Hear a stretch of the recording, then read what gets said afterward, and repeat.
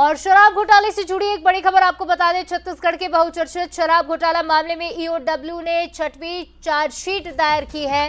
3200 करोड़ के घोटाले में नए खुलासे हुए हैं। विदेशी शराब कंपनियों से कमीशन वसूली के आरोप लगे हैं। शराब नीति में बदलाव कर ये पूरा खेल रचा गया। तो FL 10A लाइसेंस से बिचौलियों का ये खेल चलता था। सरकार को 248 करोड़ का राजस्व नुकसान इसके चलते हुआ।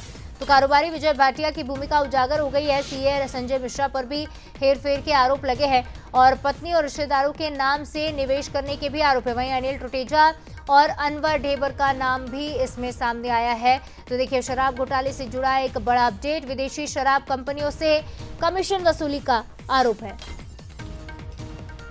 और इस खबर पर ज्यादा जानकारी लेंगे। अनंत हमारे साथ सीधे इस खबर पर लाइव जुड़ रहे हैं। अनंत, शराब घोटाले में 6वीं चार्जशीट तो सामने आई ही, लेकिन नए कारनामे उजागर हुए हैं। किस किस का नाम इसमें सामने आया है?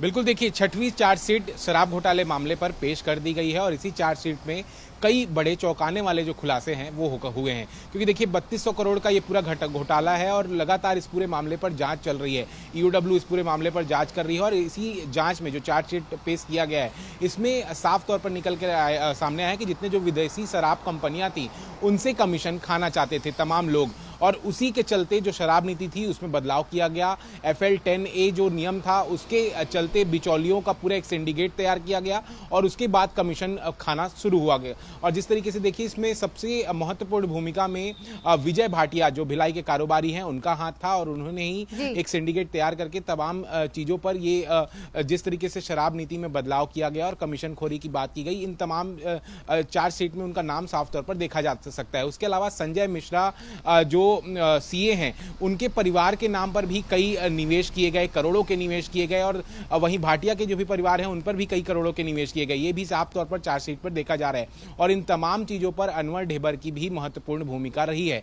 अब देखिए 6वीं चार्जशीट पेश कर ली गई है और जिस तरीके से शराब घोटाले मामले में अगर बात करें लगातार जांच की जो कार्रवाई है वो आगे बढ़ते हुए नजर आ रही है और आने वाले दिनों में इसमें और भी कई चौंकाने वाले बड़े नाम निकलकर सामने आ सकते हैं। क्योंकि देखिए इसी मामले में पूर्व आबकारी मंत्री कवासी लखमा और पूर्व मुख्यमंत्री भूपेश बघेल के बेटे चैतन्य बघेल को भी जो है गिरफ्तार किया गया है। अब देखना होगा आने वाले दिनों में इसमें और कोई बड़े अधिकारी का नाम भी निकलकर सामने आ सकता है और भी कई बड़े नेताओं का भी इसमें नाम निकलकर सामने आता निश्चित तौर पर अनंत, पहले 29 अधिकारियों पर कार्रवाई हुई और जैसे जैसे नई नई चार्जशीट सामने आ रही है, नए नए नाम भी उजागर हो रहा है। अब देखने वाली बात यह होगी कि क्या कुछ एक्शन इन पर लिया जाता है और कितने किरदार इस पूरी कहानी में सामने आते हैं। फिलहाल तमाम जानकारी के लिए आपका बहुत शुक्रिया अनंत। यहाँ रुकेंगे।